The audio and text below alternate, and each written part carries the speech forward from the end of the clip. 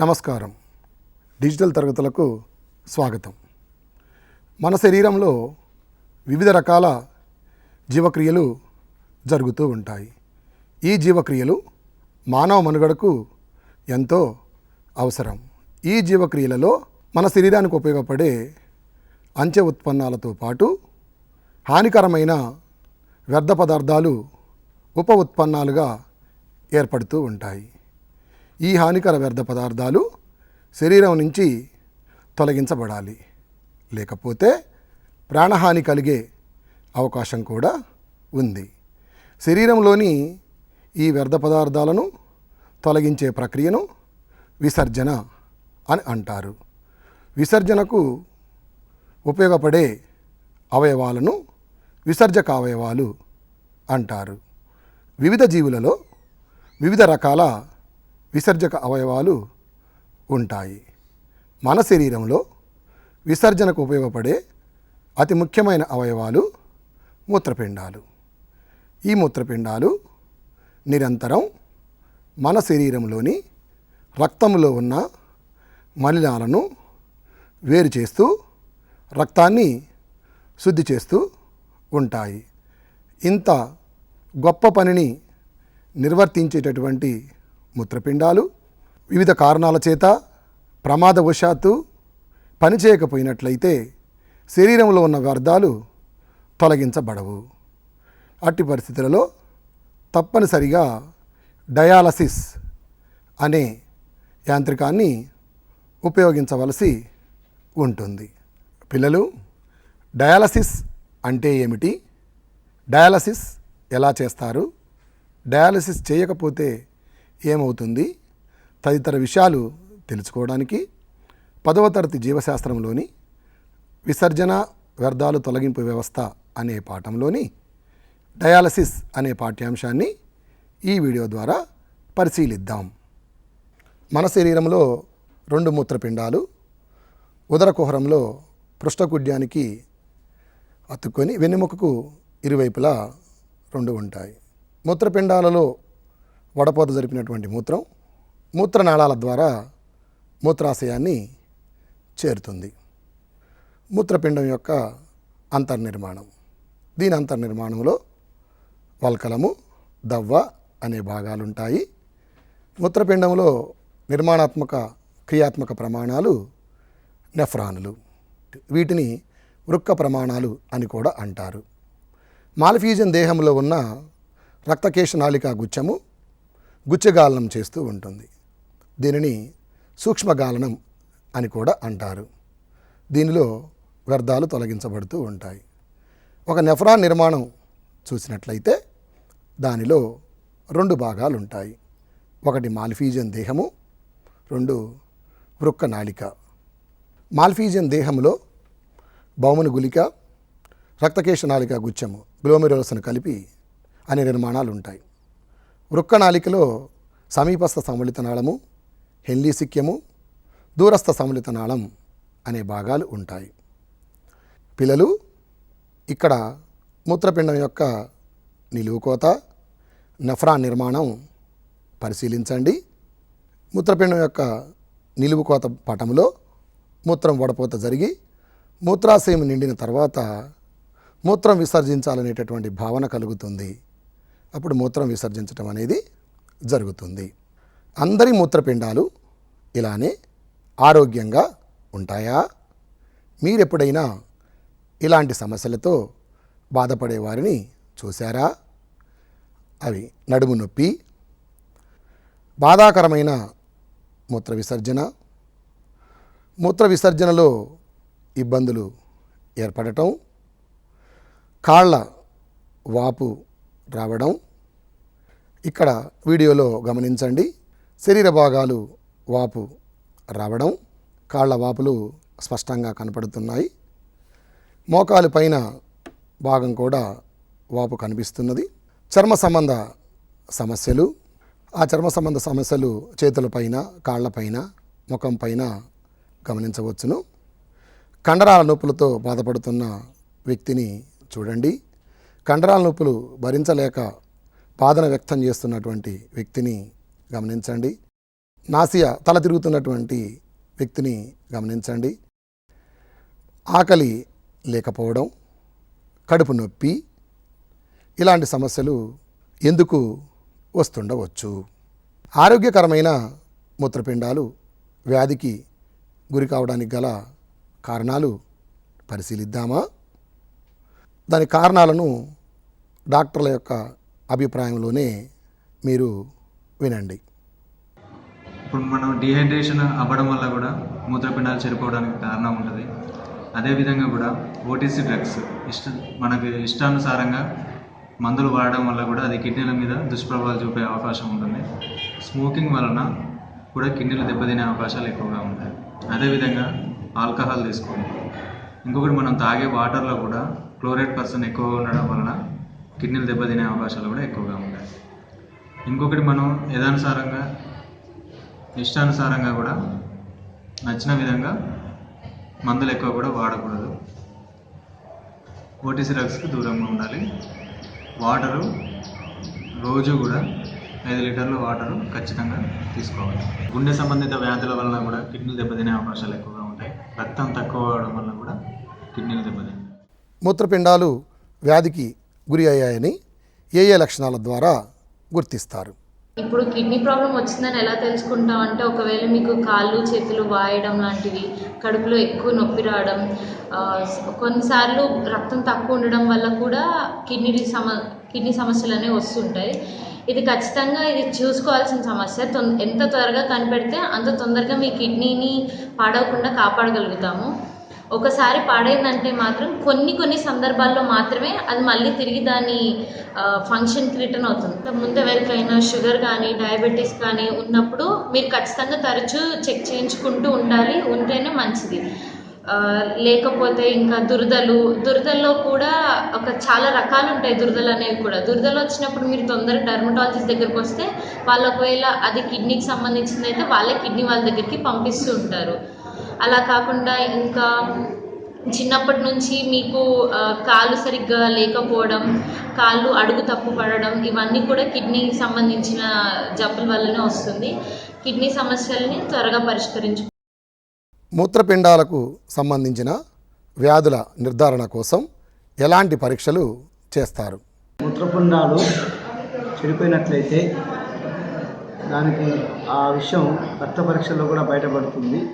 దానికి సంబంధించి మా ల్యాబొరేటరీలో హీమోగ్లోబిన్, ర్యాండమ్ బ్లడ్ షుగర్, తర్వాత బ్లడ్ యూరియా, సీరం క్రియాటినిన్ అనే పరీక్షల ద్వారా ఆ విషయం బయటపడుతుంది. అది ప్రభుత్వ ఆసుపత్రి నందు ఉచితంగా చేయబడుతుంది. 24 గంటలు ఆ సౌకర్యం అందుబాటులో ఉంది. మా ల్యాబొరేటరీ నందు అన్ని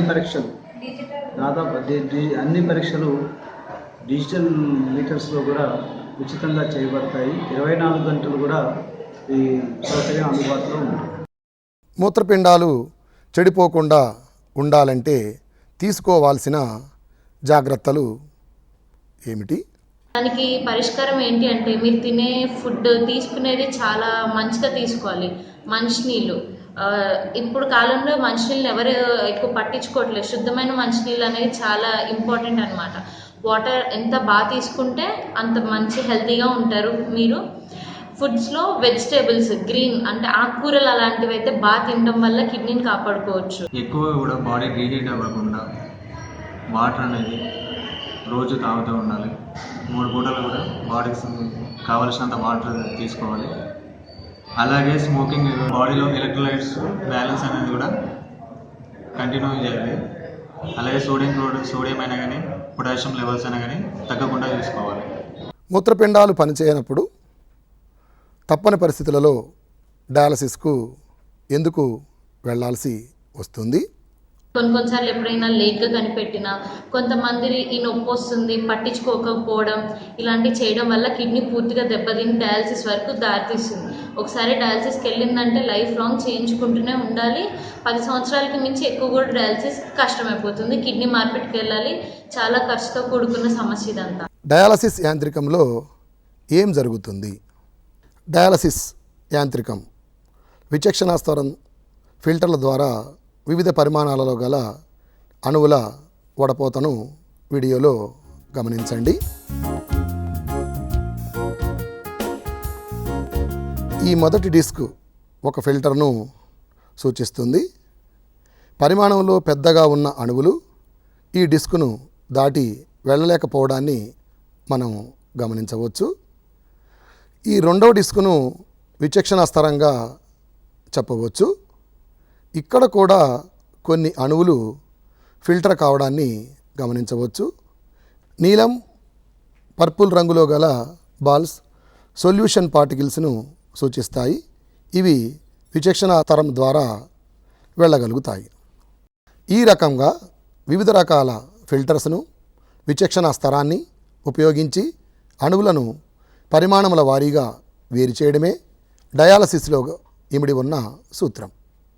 మీరెప్పుడైనా డయాలసిస్ మిషన్ను చూసారా? వివిధ రకాల డయాలసిస్ యంత్రాలు మీకు వీడియోలో కనిపిస్తున్నాయి, గమనించండి. రోగి కూర్చోవడానికి సౌకర్యవంతమైనటువంటి సదుపాయం, వ్యక్తికి డయాలసిస్ చేస్తున్నటువంటి పరికరాలు, ఆధునాతన డయాలసిస్ యంత్రాలు మీకు వీడియోలో కనిపిస్తున్నాయి, మంచిగా గమనించండి. డయాలసిస్ చేయించుకుంటున్న బాధితుడును చూడండి. డయాలసిస్ విధానం విచక్షణా స్తరం, సెమీ పర్మియబుల్ మెంబ్రేన్ అనే స్తరం ద్వారా ఎంపిక చేయబడినటువంటి నత్రజని వ్యర్థాలు రక్తము నుండి వేరు చేయబడతాయి. ఇక్కడ ఈ బాటిల్లో ఉన్నటువంటిది రక్తముగా భావించుకోండి. దీనిని నీరు ఉన్నటువంటి ఒక పెద్ద పాత్రలో ఉంచాము. ఆ నీరు డైలేజింగ్ ద్రావణముగా అనుకున్నట్లయితే సమతాస్థితి ప్రకారం వడపోత అనేది ఎలా జరుగుతుందో ఈ వీడియోను గమనించండి. నీరు పెద్ద పాత్రలోకి చేరుతూ ఉన్నప్పుడు సమతాస్థితిని పాటిస్తూనే వ్యర్థాలు ఎలా వేరు చేయబడుతున్నాయో ఈ వీడియోలో పరిశీలించండి.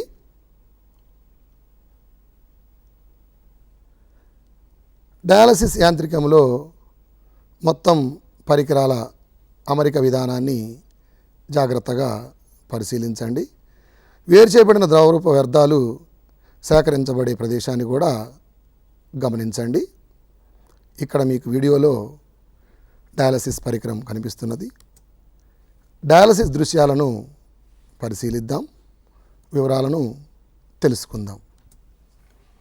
జీవుల మనుగడకు అతి ముఖ్యమైన అవయవాలు మూత్రపిండాలు. ఇవి సక్రమంగా పనిచేసినప్పుడే మనం ఆరోగ్యంగా ఉంటాం. ఇన్ఫెక్షన్లు, ప్రమాదాలు, అధిక రక్తపీడనం, మధుమేహం లేదా షుగర్ వ్యాధి, జన్యుపరమైనటువంటి సమస్యలు, మూత్రపిండాలకు ప్రవహించే రక్తంలో ఆటంకాలు తదితర కారణాల వల్ల మూత్రపిండాలు పనిచేయకపోవడాన్ని ESRD end stage renal disease అంటారు.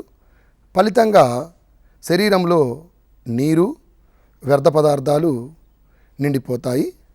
ఈ దశనే యురేమియా అంటారు. ఫలితంగా కాళ్ళు, చేతులు ఉబ్బిపోవడం, రక్తం శుద్ధి కాకపోవడం, దురదలు రావడం, ఆకలి లేకపోవడం, కండరాలు లాగడం వంటి లక్షణాలతో నీరసం, అలసట అనిపిస్తుంది. దీనికి పరిష్కారం కృత్రిమ మూత్రపిండాల ద్వారా వ్యర్థాలను తొలగించడం, అనగా డయాలసిస్ చేయడం. మూత్రపిండాలు పనిచేయని వారిలో డయాలసిస్ యంత్రంతో రక్తాన్ని శుద్ధి చేస్తారు.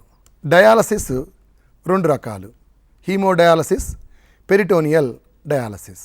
పెరిటోనియల్ డయాలసిస్లో కేవలం ఉదరం చుట్టూ ఉన్న వ్యర్థాలు మాత్రమే తొలగించబడతాయి.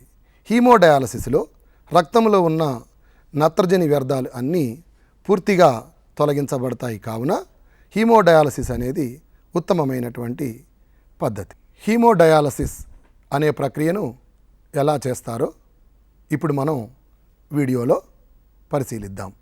హీమోడయాలసిస్ ప్రక్రియలో రక్తాన్ని ఒక ముఖ్య ధమని ద్వారా బయటకు తెచ్చి రక్తస్కందనాన్ని నిరోధించే హెపారిన్ వంటి కారకాలను కలిపి రక్తం ఉష్ణోగ్రతను నియంత్రించి డయాలసిస్ యంత్రంలోకి పంపుతారు. ఇక్కడ వీడియోలో మీరు డయాలసిస్ యంత్రము దానిలోని పరికరాలను గమనించండి. ఈ యంత్రంలో రక్తం కొన్ని గదులు లేదా సెల్లోఫైన్తో తయారైన గొట్టాల వంటి నాళికల ద్వారా ప్రవహిస్తుంది. ఈ నాళికలు డైలేజింగ్ ద్రావణంలో మునిగి ఉంటాయి. ఒక సన్నని పొర డైలేజింగ్ ద్రావణాన్ని నాళికల్లోని రక్తాన్ని వేరు చేస్తుంది. డైలేజింగ్ ద్రావణం యొక్క సంఘటనము రక్తం యొక్క సంఘటనం ఒకే విధంగా ఉంటుంది. కానీ రక్తంలో నత్రజనియుత వ్యర్థాలు ఉంటాయి, డైలేజింగ్ ద్రావణంలో ఉండవు. డైలేజర్లో రక్తం ప్రవహిస్తున్నప్పుడు నత్రజని వ్యర్థాలు వేరై రక్తము శుద్ధి చేయబడును. విచక్షణా స్తరం ద్వారా రక్తంలో అధిక గాఢతలో ఉన్న నత్రజని వ్యర్థాలు విచక్షణా స్తరం ద్వారా అల్ప గాఢత గల డైలేజింగ్ ద్రావణంలోకి వస్తాయి. ఈ ప్రక్రియ మూత్రపిండాల పనికి సారూప్యంగా ఉంటుంది. కానీ పునఃశోషణ ప్రక్రియ ఈ డయాలసిస్లో ఉండదు.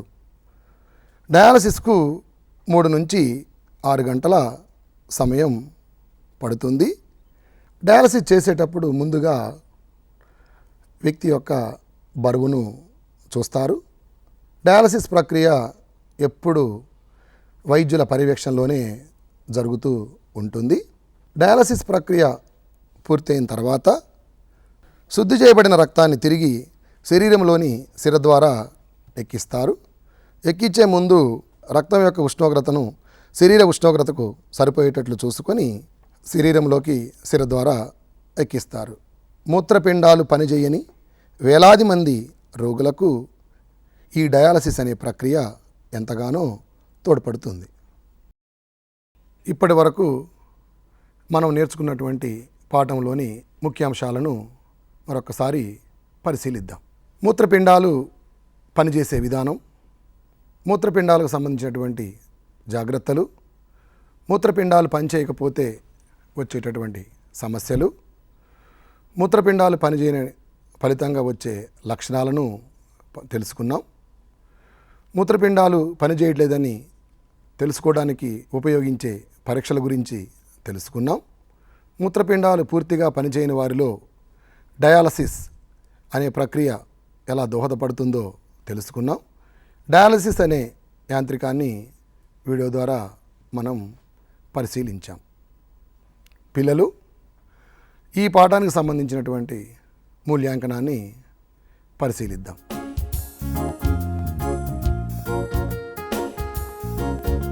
మూత్రపిండాలు చెడిపోకుండా తీసుకోవలసిన జాగ్రత్తలు ఏమిటి? మూత్రపిండాలు చెడిపోయినట్లు ఎలా గుర్తిస్తారు? మూత్రపిండాలు చెడిపోవడానికి గల కారణాలు ఏమిటి? డయాలసిస్ ఎందుకు చేస్తారు? డయాలసిస్లో ఇమిడి ఉన్న సూత్రం ఏమిటి? మీ సమీపంలోని ఆసుపత్రికి వెళ్ళి డయాలసిస్ గురించి పూర్తి వివరాలు తెలుసుకుందామా?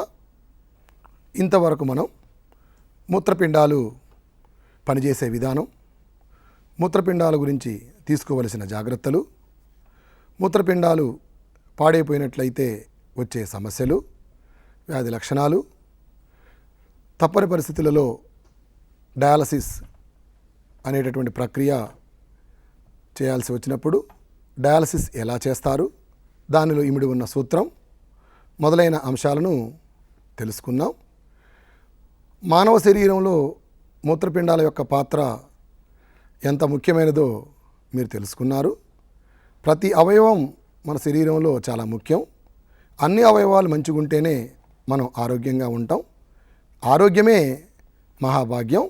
పిల్లలు, ప్రతి సంవత్సరం మార్చి నెలలో 2వ గురువారం మనం ప్రపంచ మూత్రపిండ దినోత్సవం జరుపుకుంటున్నాం. మీ అందరికీ తెలిసిందే కదా. ఈ వీడియో ద్వారా మీరు గమనించినటువంటి, చూసినటువంటి అంశాలను తెలుసుకొని మూత్రపిండాలకు సంబంధించినటువంటి తగిన జాగ్రత్తలు తీసుకొని మంచి ఆరోగ్యంగా ఉంటారని ఆశిస్తూ మరొక పాఠంలో మళ్ళీ కలుసుకుందాం. సెలవు. నమస్కారం.